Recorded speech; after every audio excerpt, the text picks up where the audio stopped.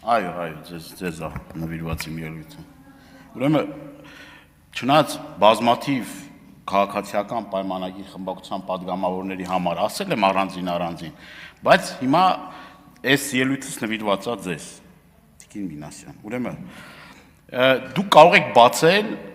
Armenpress-ին տված հարցազրույցը կառավարության, որով որ իմ ասածը հաստատվում է, որովհետև խնդիր ա եղել այդ եկեղեցու հետ կապված խնդիր ա եղել, որը որ հաստատել է կառավարությունը։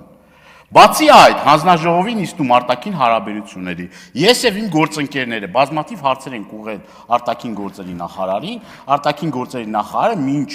այս այսպես կոչված սահմանազատման եւ սահմանագծման գործընթացը ասել է, որ նման խնդիր չկա այդ տարածքում։ Այնուհետև քրոնոլոգիան եմ էլի ձեզ բացատրում։ Այնուհետև գալիս են գյուղ եւ ասում են, որ ստեղից տարածքներ կա, որ պիտի հանձնվեն։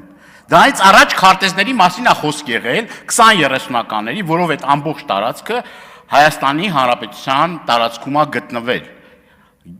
Գրեթե 31000 քառակուսի կիլոմետր տարածք։ Այնուհետև գյուղացիները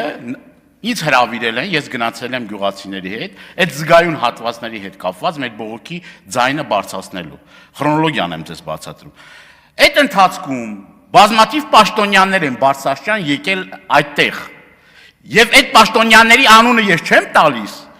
միայն ու միայն մի պատճառով, որովհետև իմ բարոյականությունը թույլ չի տալիս այդ մարդկանց անունները հնչեցնել, որ այդ մարդիկ էլ են ասել, որ այստեղ խնդիր կա։ Այո, մինչև հիմա էլ ոսկեպարի հատվածում խնդիր կա։ Իգիտություն ձեզ։ Կա այդ խնդիրը։ Թող գան ստեղից ասեն, որ չկա այդ հատվածում խնդիր։ Այդ հատվածում խնդիր կա։ Եվ եթե մենք պայքարել ենք, այդ իմ պայքարը չի եղել։ Այդ իմ հայրենակիցների պայքարն ա եղել, պետք չէ ամեն անգամ գալ այստեղ ասել, որ սարքել եք մատի փաթաթան, ուրիշ խոսալու թեմա չունի։ Ավարտեք։ Ես ելույթ